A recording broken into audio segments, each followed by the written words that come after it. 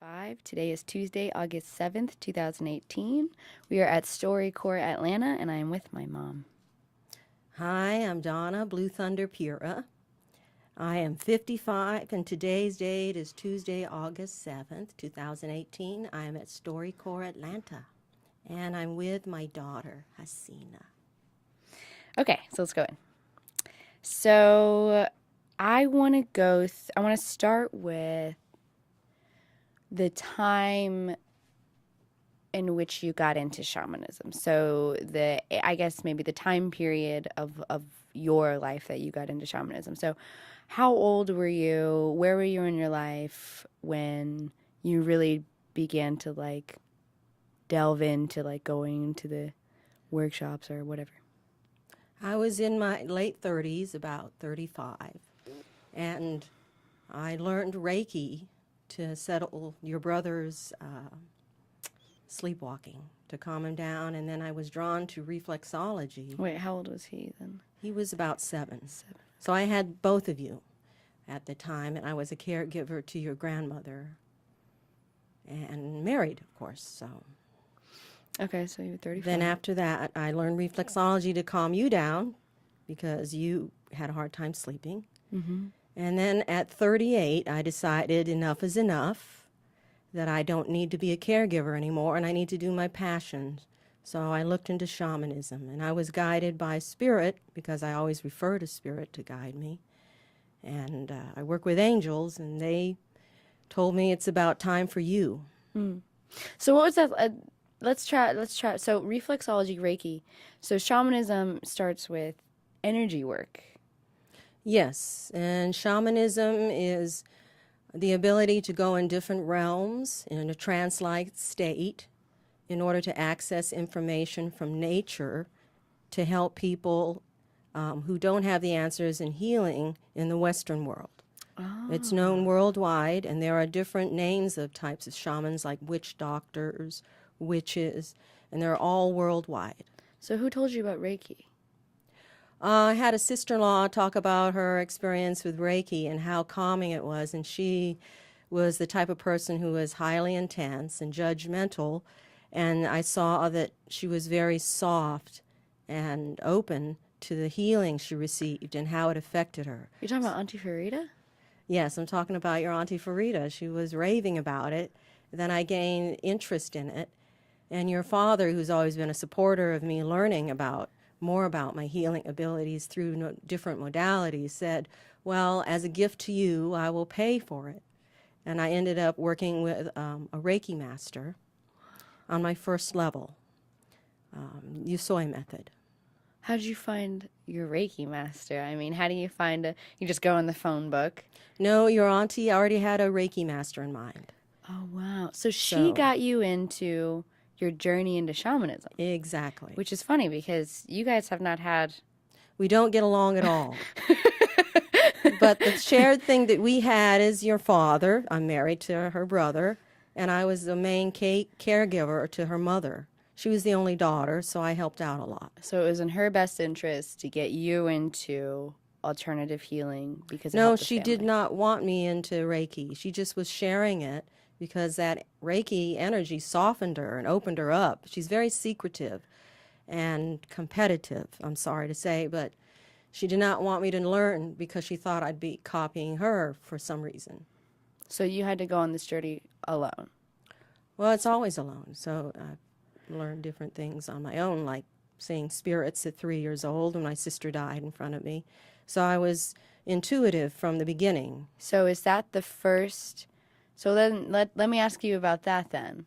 So you got into shamanism in your late 30s, when you're mid-30s, but Yes. you really began to get into it as a kid. So you must have had experiences that led you to on this path later on in life that you were so open to, right? The realms and things. Because so what's your earliest memory of... Well, shamanism, you have to remember, is a different type of healer, and they have diverse healing abilities combined. So not every one of us knows the same exact healing. We can do tarot, crystal work. They're clairvoyant, they're clairaudient, they're clairsentient. I can do all three. Some of them can travel realms, which is what I discovered I was made for, to access information. Yeah. But not all of them do that. Some of them do different healings. Well, tell me about, so when you were 3, Oh, when I was 3, that was your first experience? experience that I learned that I was a medium, but I did not know it at 3 years old. We were on an airplane from Bermuda. My dad was in the Air Force, and my sister was the youngest, had complications. So they How asked old was she? She was 6 weeks old. So they asked if she could travel back to the States, and they said it was perfectly safe. Instead, she died in front of us. There was no CPR at the time. There was nobody that How knew. did she die, though? How did she die? She just stopped breathing in front of me. She slowly stopped On the breathing plane. because of the altitude, I suppose, and the difficulty with her lungs. Oh, my God. So you were on the plane. Mm-hmm. You're with your dad. You're... He's running around asking for help, for a doctor. There is no one. And my mother's holding my sister in my arms. And we were in this... Where's the rest of your family? My brothers are asleep for some reason. So your 2 older brothers are... No, I have an older brother and a younger brother. Oh, right. They're asleep. So you have only... And we have seats facing each other. Okay. So I'm facing my mother. So at this young age, I'm 3 or 4, I don't know that death is read as a negative signal on earth. I don't have that guidance. But I'm thinking when I see my sister's soul leave her body, it's a peaceful, good thing. But then I learned that everybody's going nuts and going crazy. They have to circle the plane and land it back on the base. What did that look like? What did it That feel was crazy. like? I just couldn't understand why death would be seen as a negative. So as a person not being explained to, my mother not reaching closure, I thought a lot of guilt. I said, oh, why would I laugh at such a thing of a soul leaving a body and be happy when on earth my parents were saying, this is not good at all. So you started laughing when you saw, what exactly did, so you're looking at your sister. And I see a white image float away. A white just blob. Yeah. And you thought it was... It's her going back to God. You knew it was her. I just knew it was her return back to the Creator. And you had that knowledge. I thought it was a great thing because I think that death is just a channel into the upper realm. You come from that light, so you're returning back to the light. But I didn't know how to explain it as a 3-year-old, nor could I correct my parents' behavior because they're emotional and breaking down. And you were laughing. I was laughing because I was happy for her. Right. But then I learned that, I shouldn't have laughed. It's that not was a bad socially thing. That is acceptable. not acceptable. I see. You should have mourned. So you probably ran into a lot of running into things that are not socially acceptable. Exactly. As a Shamanism. child, my parents didn't like me talking about when a person would die privately. They would say, how dare you, be quiet. And my father was a untrained medical intuitive. He knew the exact way people would die, but kept it to himself and would warn them, and he carried that on his shoulders if they didn't and died. So he kept a lot of things on his shoulders, and he didn't explain that to me. So your father, you think, experienced the same? Yes, he was one of those guys, like the born identity guy for the Air Force. He was put in the middle of the field and find the target and whatever means, and you're on your own. And that was quite opposite of what he was. He was a healer. He was a healer, and he thought, well, I'll use my gifts like teleportation, other gifts, how to be out in the wild, work with nature, how to shapeshift. I'll be using these things for the power of good, but he had no idea, fighting in the Vietnam War, how fast that information would come with people dying, one after another. So it traumatized him.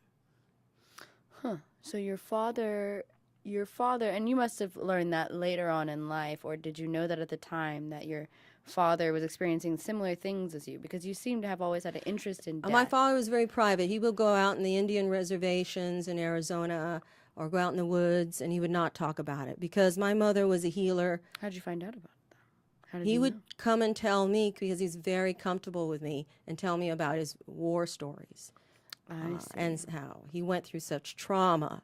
But he wouldn't go into a lot of detail. He would say the building fell on top of my head. This is why I have back problems. And then in his late 60s, I saw him again, and he blamed himself for their dying. And I said, Dad, you're only the messenger. So you've always been aware, and your father kind of was a narrative for you that people could experience things that are not socially acceptable, such as... Exactly. He said, you are not supposed to share your gifts. You are supposed to stay close to me. Oh, so he So when I knows. talked to angels, like we were falling off a cliff in a car, traveling in the middle of the night, How old are you now? I was about 5, and he was in the military, and he was driving on the mountaintop, and he swerved a car, and part of the back tire was on the ledge of the cliff. So for some reason, my brothers are put in deep sleep again, and I'm told by the angels, slowly move from the back at this pace, move everything to the front so you have the weight to help your father. I don't question a direction. So you changed the way. So my mother's screaming at me, what are you doing? Why are you telling the dog to go up front with me? Stop moving. What are you doing? And I couldn't explain it. I just methodically moved things. And then my father says, he opens the door and he looks at my mother and says, I don't think I can get this tire up. And I just said to him, Dad, all you got to do is ask the angels and they'll help you. And then he looked at me and then he went, he goes, okay, I'll try again. And then the car was lifted and put back on the road. And then my father and mother looked at each other like, what, and looked at me and like, what do we do with this kind of child? So they kept me sheltered and away from people because what I would tell openly, I thought was supposed to be shared, the truth. And so I learned that the truth hurts sometimes. So you can't tell the truth in their world because they had been through some trauma. My mother's a healer. She went through the Japanese-American War, and she was put in an orphanage at 3 or 4 years old. So she learned that there was a lot of things that she had to cope with herself without comfort, without guidance. And so she did not know she was not there for us because all she knew was what she was taught by being raised by nuns. Right. Shelter the information that is going to be hard for you to... Yeah, shelter what is not explainable and unseen because people will not be able to take it. And Catholic is more like, hey, I can say it, I'm Catholic. I was raised Catholic. It's about guilt. And I got tired of the guilt.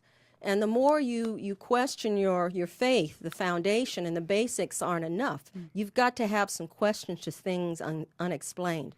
And when they tell you don't ask those questions, my father taught me to respect all cultures and beliefs and learn as much as you can. Ask those questions, but keep them to yourself. He had this hidden fear that if people knew too much from the Native American culture, they would never understand. Wow. So I know this, you grew up with a Catholic background, but your parents clearly knew of shamanistic ways, alternative ways, they would talk about them, they wouldn't embrace them, they embraced Catholicism, I guess, for raising children. No, my father was raised in a Baptist Protestant family, and he also delved into questions. He spent a lot of time, he was an inventor and a creator, so he spent a lot of time in nature. So spending that time alone, he grew on his own.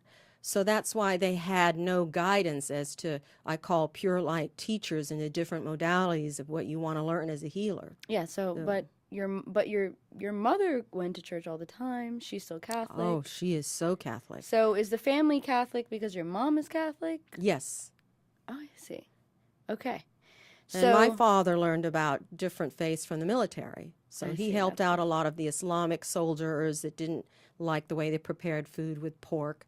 And he went to higher ranks and talked them into accepting the diversity there. That's what America stands for, right? And his leader said, yes, you're right, and he got it changed. So he has 2 rare volumes of the Quran. So would you say that you've always questioned... now, I'm speaking of when you ascribed to Catholicism, when you're in your family. Did you always question your faith? Or did you I didn't really question it in a way to deny it. I questioned it to reach out to, I call Ascended Master Jesus, Mother Mary. I work with those entities to help people heal or to help me heal or guide me to help others heal. Usually in my diverse background, I learn about different faiths a little bit and modalities and listen to what the person asking for healing values by what they say or what they don't say, and then I present the healing session to them with their permission. Yeah. So I've been taught to honor all different beliefs, and I don't see it as limitations. So my father, when he was in church, he would see Christ with his nail holes in his hands, show up to him and walk up to him and talk to him. He could not reveal that to any Native Americans or to my mother, because my mother would say, no, that's not how things work. That's a It's little when you too- die you can see these things. Do you understand? I see. Okay. And so then transitioning into Islam to marry dad was I married your father, must have not- and I became Islamic. How was First, that I for you? studied it. It's the Ismaili sect, the Shia sect, where they give women rights. They don't have to wear the veil. They can work, and education is valued. So it's the modern sect of the Shias. And I got married to him. First, I studied about it. Then I was one of the rare people to go into the mosques in London and Paris, the main, they call Jamaats, to say the rare prayer in Arabic. So all they thought, this Filipino lady they had no knowledge of, was look at the Chinese lady say the main 6-part prayer. And they were in awe because I like languages, so I said it the way an The Arabic person would say it. So when they would see my face, they said, hey, that's not the same person. Now that's okay. So tell me the time period in which you converted to Islam. Well, I was still Catholic when I married your father at 19. We moved to L.A. for his What year was that? 1983. 1983. We're going to L.A. and Daddy's, your father's studying fashion design. Okay. He's already got his marketing degree. And you know and he's entrepreneurial. He's Muslim. And He's you're still Muslim, Catholic. and he stopped going to the mosque because he didn't have me beside him. And I told him, you better go because that's part of your faith. I will ride with you and wait till it's done. But then later I asked him, please get me the children's book and the main prayer book so I can understand. And at the same time in L.A., he was studying fashion design. So I was his model. And this Catholic girl who always wear these long dresses, no shorts allowed, and, nothing like that, is taught to model in his most sexual type of Which is creation. so funny that, and when you think of Islam, you think of the exact opposite. And your dad was a total opposite. He Yeah. wanted the sexy because he designed that way. Yeah, yeah. And so he brought that out a lot of me because I was more inward, what do you call it? Shy, introverted. Yes, and I was taught in the Filipino and Catholic culture, you are not supposed to be seen and loud or sexual. You are supposed to be pure and silent and, things like that. Mm-hmm. So then I ended up, lo and behold, Spirit got me a job in the Jewish Federation. So dating a Muslim man, would you say it freed you and opened you to your sexuality more so than It was actually not the faith, it was your father. it was that? It wasn't. He was a clear supporter. It didn't matter what faith he was. Okay. And so, I learned that 6-part prayer in Arabic in, I think, 6 weeks. Well, that's really controversial. And I would, going and from he wouldn't believe me when I told him. I was surprising him because he went away for summer school for something. And I said, I know they call the dua. I know the dua. He goes, I know the translation. He goes, no way. So I start saying it to him, and your grandma's crying because she's going, I'm so proud of her. And so, and then I went to the Jewish Federation, and I learned about their faith, their rituals, their different, priorities because of being there. So I had the beauty of Catholicism, Islam, and the Judaic you didn't traditions. even know, really, that your prior knowledge to kind of how you viewed death was very shamanistic. So No. even in those seeds were there. Exactly. seeds And there's shamans in the Judaic. There's shamans in Africa. Did you receive any flack from, I guess, society? Did anybody know you were converting religions from Catholicism to? Were your parents My father upset? was very into it. That's why he gave me the rare volumes of the 2 Qurans he was gifted by a He was Muslim into man. it. Wow. Yes, he read it. My father read the Quran. He knew the Bible by heart. He believed in the power of prayer of the rosary. What about your mom? My mother, she was upset. She didn't want to talk about it. She wanted me to revert back to Catholicism because that was her base. That's all she knew, and she used indigenous Filipino healing techniques from her mother to heal people. She's psychic. So, when you began to get into shamanism, did you experience any flack? Well, I got into shamanism because I had a lot of anger after a family member molested me. Whoa, And whoa, my whoa. parents didn't believe me when I told them because he was a trusted friend. Okay, let's stop right there. So, when was this? When I was 13. Okay, so your first experience of seeing things was 3. You really delved into studying it at 35. But you're At saying 13, at 13, that trauma opened me up to talking to spirit guides, to angels that I didn't know. And I would have conversations with them, Because and they you needed would someone give me to- hope okay. and faith. And I said, if you have me get through this, I will service you well, Spirit. Do you believe that the more trauma someone experiences, the more pathways they have to enlightenment or some sort of... It's a matter of choice and how they come out of the trauma and if they have that support system. See, I've always been told I'm a strong person, so I do a lot of work on my own. A lot of shamans have that thing about them. They're loners. They do a lot of work on their own in order to help themselves, and they seek out other fellow shamans, whatever walk of life, to meet in a circle. We believe in the circles, the healing circles. The Native Americans had their healing huts or tents, and I've always had past lives as a healer. I mean, I've been a shaman as a male in Canada from the Awantag tribe in Canada, and I've been a seer for Pharaoh. I've been at Atlantis as a crystal water healer. I've been always in that soul type of lineage as a healer. And I've been a pagan witch in Ireland in the 16th century. So I've been a lot of lives where I was a diverse soul experience thing. I've been in a few lives with you and your father so that we meet each other's life themes. So you really started embracing things you could not necessarily see, but you could feel, then hear, then become attuned to, speaking with, and opening up, and kind of like the a more I sixth opened up- sense that right. you're developing. You started really, really realizing you could do that at 13 after your sexual trauma. Yes. And then, so let's... From that trauma, I learned that the only person that matters is spirit.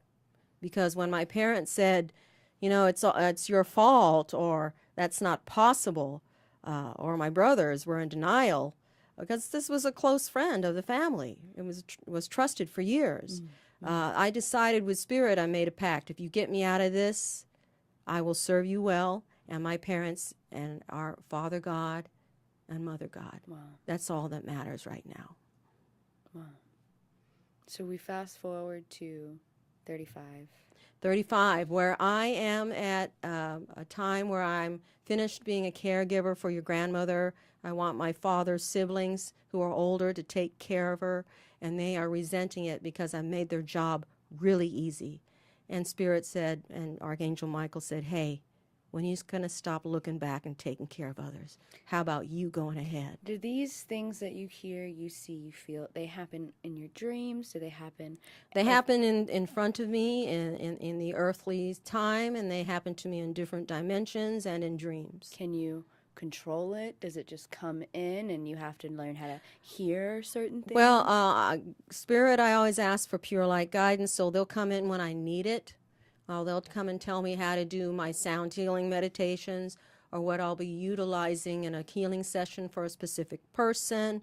They'll tell me what entity or god or goddess is working with me. Like a guided intuition. Right, and Native Americans believe in power animals, so I have a few of them. So I have to center myself and ground myself, connect to the earth, and ask for protection of pure light, and then do the work. And I just let Spirit guide me. You see me every Wednesday doing that, and I let them tell me which bowls and instruments to play, what to do, what to say, and what words not to say to a certain group of people, because sometimes I do several groups. Yeah. Now, I remember when I was a kid, I just remember, we were saying our dua, we were doing this, we were saying our prayers every night, and then slowly, we moved to Lilburn, I think, definitely after 9/11, we moved. We talked about that to Lilburn, and I remember. I think I was, how old was I? Maybe third grade. Yes. Um, and in this house, things were different. In this house, you started inviting people over, and you would all lay on the floor and close your eyes, and then there would be sometimes where you'd be outside and you would say, I'm going on a journey. And so you would just start doing these new things that like weren't a part of anything. That's And when I was studying shamanism. so what, tell me about that time. It seemed like something happened. It clicked. You decided, I'm going to do this. I'm going to be in this community. You started going to Horizon Wellness Center, Intuitive Awareness Center. I was asked to the psychic fairs there a few times because I was a different type of psychic and healer, so it add diversity to what they already schooled. These were professional psychic teachers taught from the Berkeley Institute in California that came there to teach. So I'm a self-taught healer. Yeah, you were listening to Sylvia Brown. And I was listening to Sylvia Brown. I love her. I began to see my guides through her. New number meanings, color meanings. I would read books about Lynn V. Andrews. She was a shaman, and she was also a writer that traveled worldwide about her experiences. So that opened me up to myself, and I was learning to be comfortable because of the trauma with me being a feminine person to get back into the feminine. So I studied a lot of goddesses around the world to get me connected, created rituals and activities to empower myself, shared them, and empowered them with the women. That's what you saw. A lot of the journeying, we look like we're just going to sleep, but we're journeying to different dimensions. And there are three main dimensions: the upper world, the middle world, and the lower world. Now, mind you, there is a middle earth world where we deal with the fairies, elves, dwarves, do you leprechauns, get here divas. through heightened meditation? Is it something that everyone can? Not everyone's made to journey. Okay. So it's, you shouldn't compare one healer to another, or one healer should not think they're more or less of each other. They have to understand, discover their gifts, work with them, share it with other people, and not be inhibited or closed off to the experiences that we can share. That's what the shamans usually do, ideally. So group journeys, everyone is quiet. They go on their own thing. They can go on, but they are usually done with the enhancement of drumming. Have you heard of the drumming circles? We use a lot of drumming to emulate Mother Earth's heartbeat, or to put us in the trance state to reach what other access the leader of the group tells each one to experience in their own individual basis, leaving their earthly body, going out with their sacred body, I say, and then coming back and grounding and taking that lesson and learning and working with it. It's basically like asking someone where to go, but this person's been there before and they're Yeah, and when I started, the leader of the group asked me to lead the journeying to the different dimensions. He would tell me, someone in the group needs this journey, I would like you to lead it. So I would imagine going on a boat to a paradise island, and the boat hitting the shore and nudging and smelling the air, and they all got off the boat and they went to discover what their power animal, main dominant one, was, and create a fire and celebrate. It was reconnecting to your sacred self. And you have a dominant power animal that guards you, advises you, and tells you when it's safe and when it's enough. Why animals? Well, they're close to nature, and we're animals on Earth. Oh. So sometimes our behaviors attuned to like an animal, and a power animal can be in balance or out of balance. You have to read more about it. There's a book called Animals Speak by Ted Andrews. You can look into that. Your dominant power animal appears to you all the time. The first animal in the north that appeared to me when I was just about to leave Lilburn from the old house was a crow. Oh, about to leave DeKalb. Tapping. Sorry? I'm sorry, we were moving to Lilburn, right? Yes. Okay. So we were moving to Lilburn, and it would always peck on the windowsill, the skylight, after I put you all in daycare and Dad went to work. And it would peck and caw at me and then sit on my car and caw at me, and I'd tell it to shut up, and because I didn't know yet. And then a few minutes later,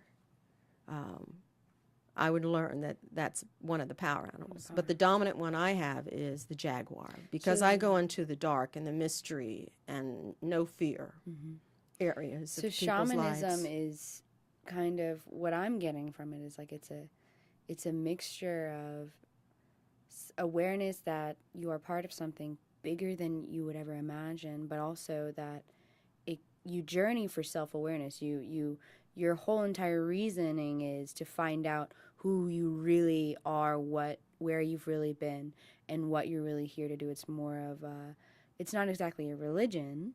No, it's a way of healing, but you can make it a way of life. So, did you experience? Was there what did Dad say? You converted Dad to Islam. didn't really understand it, but he knew that I was more at peace and becoming comfortable with my femininity. He was really happy about that. And I was less angry. I was more peaceful and more communicative than before.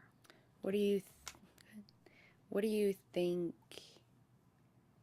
What have you gained and what have you lost since you've accepted that you're going to outwardly be your shaman self? You're going to go by Blue Thunder. You're going to Yes, that's my spirit name, Blue Thunder.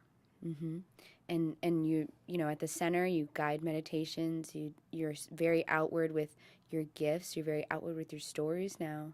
Mm-hmm. So, what have you gained? What have you lost? Have you shed things about yourself? Well, I've gained that people can value a shaman's connection with pure intent and how to deal with life on a daily basis. And I use it through storytelling. So that's in my not meditations. Crazy. You've learned. I've always been a writer with stories, even since I've gotten awards in high school. So I learned that people like stories, just like we're telling the story right now. It's more a personal thing. And what I have lost is the doubt that my stories are not valuable, because I would have very intricate journeys with different belief systems, from pagan goddesses to Thor to Aztec deities to Jesus, and they would all have these different dimensions within dimensions that I'd learned different things. I've learned how to tailor it when they come to the HEALIUM Center in my meditations on Wednesdays to make it more of a storytelling. That way it's not too overwhelming. I'm not jumping into references of different modalities or gods or goddesses to disrupt their focus on their self gaining back their peace and harmony. Right. It doesn't matter Just how going you back get to to your it. inner temple, I call it. I see. So, I mean, it's helped me a lot, I would say, growing up with you, being I'm glad you not converted, but I'm glad you decided to really go into it, because it really helped me with my degree.